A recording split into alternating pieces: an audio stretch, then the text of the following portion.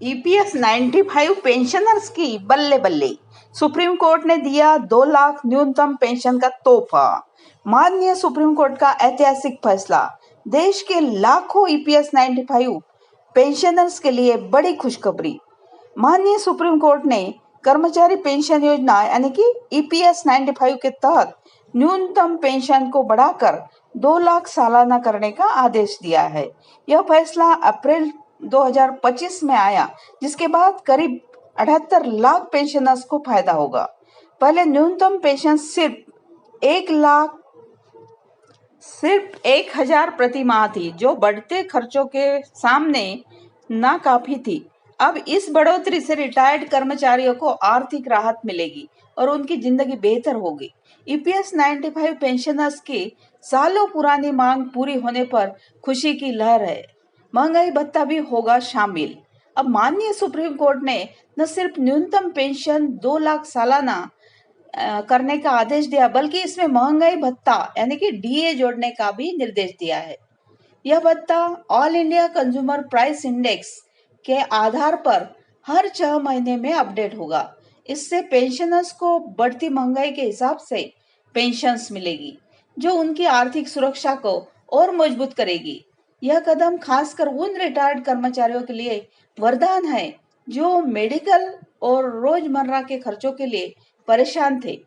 पात्रता और शर्तें क्या है इसमें? ईपीएस 95 पेंशन्स का लाभ लेने के लिए कुछ जरूरी शर्तें हैं। अब शर्तें कौन सी है जानेंगे। कर्मचारी को संगठित क्षेत्र में काम करना चाहिए और ईपीएफओ का मेंबर होना चाहिए।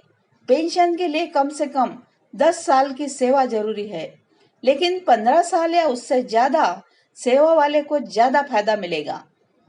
अब 58 साल की उम्र में रिटायर होने वाले कर्मचारी को पूरी पेंशन मिलेगी, जबकि 50 से 58 साल के बीच रिटायर होने वालों को कम पेंशन मिल सकती है।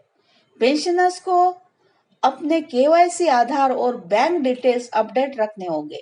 नए आवेदन की जरूरत नहीं है, लेकिन गलत दस्तावेजों की वजह से पेंशन रुक सकती है। अब जरूरी शर्तें विवरण। ईपीएफओ मेंबरशिप, संगठित क्षेत्र में काम करने वाले कर्मचारी न्यूनतम सेवा, 10 साल या 15 साल से ज्यादा के लिए ज्यादा लाभ। उम्र कितनी चाहिए? 58 साल या 50 से 58 के बीच कम पेंशन। केवाईसी आधार लिंक करना, अपडेट होना जरूरी है। ईपीएफओ को तुरंत लागू करने का आदेश माननीय सुप्रीम कोर्ट ने कर्मचारी भविष्य निधि संगठन यानी ईपीएफओ को यह बदलाव तुरंत लागू करने का निर्देश दिया है। मई 2025 से पेंशनर्स को नई पेंशन और डीए मिलना शुरू हो सकता है। ईपीएफओ को अपने सिस्टम को अपडेट करने और सभी पेंशनर्स के दस्तावेजों की जांच करने के लिए कहा गया है।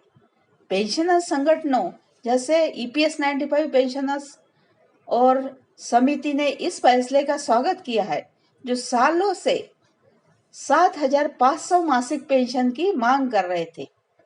आर्थिक प्रभाव और सरकार की जिम्मेदारी। इस फैसले से सरकार और ईपीएफओ पर बड़ा आर्थिक बोझा पड़ेगा। नई पेंशन और डीए को लागू करने के लिए केंद्र और राज्य सरकारों को बजट में अतिरिक्त राशि देनी होगी। ईपीएफओ के पास लाखों करोड़ रुपए का फंड है, लेकिन बढ़ती पेंशन राशि को संभालने के लिए उसे और संसाधनों की जरूरत होगी। पेंशनर्स का कहना है कि यह फैसला सामाजिक न्याय की दिशा में बड़ा कदम है, जो रिटायर्ड कर्मचारियों को समाधानजनक जीवन देगा। पेंशनर्स की मांगे और भविष्य। ईपीएस 95 पेंशनर्स के लंबे समय से न्यूनतम पेंशन बढ़ाने और डीए जोड़ने की मांग की थी। अब इस फैसले से उनकी कई शिकायतें दूर हुई है, लेकिन कुछ पेंशनर्स का कहना है कि प्रक्रिया को और आसान करने की जरूरत है। भविष्य में सरकार और ईपीएफओ से और सुधारों की उम्मीद है, ताकि सभी कर्मचारियों को रिटायरमेंट के बाद आर्थिक सुरक्षा मिले।